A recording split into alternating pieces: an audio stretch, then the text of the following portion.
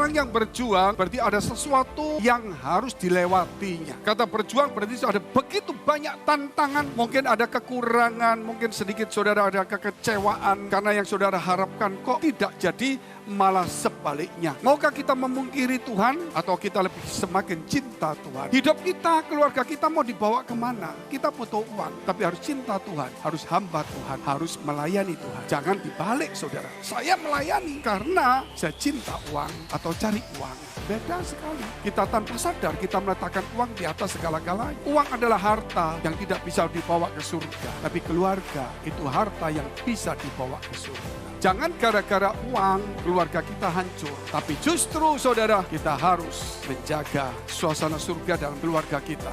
Walaupun uang berkurang. Demikian juga harta. Kalau kita kejar semakin jauh dan kita kelelahan. Karena dia tidak ada sesuatu batasan.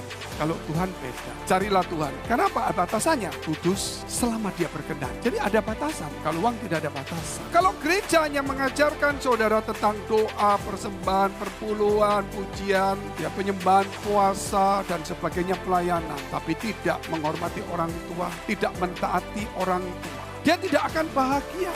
Senang mungkin, bersenang-senang. Seperti anak bungsu itu bersenang-senang kan. Namun akhirnya tidak pernah bahagia. Dia kembali kepada orang tuanya. Saudara, dunia ini dijadikan oleh firman. Jadilah, maka jadi. Jadilah terang, terang jadi. Firman berkata, hormati orang tuamu ketika engkau menghormati, kebahagiaan, panjang umur mengikuti kamu. Kerap kali tanpa sadar kita terbalik otak kita. Seperti kita baca firman terbalik. Dan kita tidak bisa menempatkan mana yang utama. Makanya saudara mau diberkati, saudara mau panjang umur, mau bahagia, hormati orang tuamu juga. Apa yang kita tabur akan kita tuai. Kalau hari ini kita tidak menghormati orang tua kita, anak kita suatu hari akan juga tidak menghormati kita. Yang kita tabur akan kita tuai. Jangan mengajar menurut pengalaman papa. Kalau kerja, gak usah jujur, bohong-bohong sedikit. Supaya bosmu kasihan. Bilang aja belum makan. Supaya kamu bisa pulang cepat. Anak sakit, badan meriang. Apakah didikan seperti itu? Itu bukan itu yang diajarkan. Yang diajarkan adalah ajaran firman. Orang jujur, orang rajin, orang rendah hati, takut Tuhan.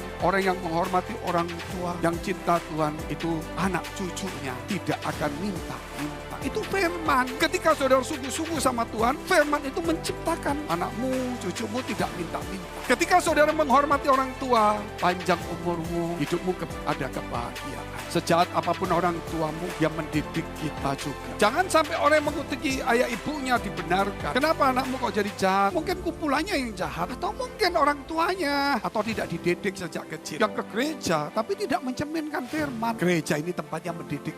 Tapi 1 minggu 1 kali. Mana mungkin bisa melawan dunia yang selama 7 hari menjejali dengan yang ada di media medsos itu gampang terpengaruh. Jadilah orang benar dalam hidup ini. Bukan saudara ke gereja saja. Benar itu bukan ke gereja. Gereja itu tempat sama seperti anak sekolah. Ke sekolahnya, betul. Tapi pelajarannya nggak ngikuti. Kenal gurunya, tahu.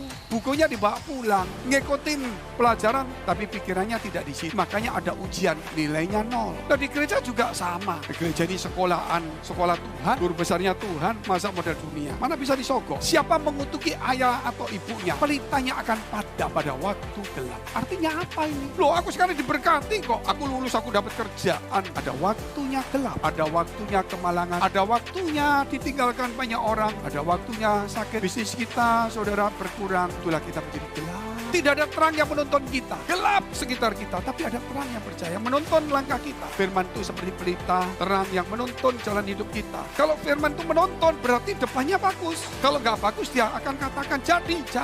Jadi saudara nggak usah cari mujizat. Ikuti firman. Yang tidak mungkin menjadi mungkin. Orang mengejar mujizat butuh Tuhan itu keliru. Orang mengejar Tuhan butuh mujizat, iya. Jangan terbalik-balik di dalam kerohanian ini. Kamu cari Tuhan butuh uang, atau kamu butuh uang terus cari Tuhan. Ternyata kekayaan itu bisa menundukkan. Tapi kebenaran tidak pernah menundukkan kepala kita kepada Tuhan. Saya tidak pernah melihat uang harus di atas Tuhan. Saya harus melihat uang itu harus di bawah Tuhan. Jangan pernah sekali-sekali menjadikan uang sebagai Tuhan kita. Saudara akan mengenaskan. Saudara mencintai Tuhan? Iya.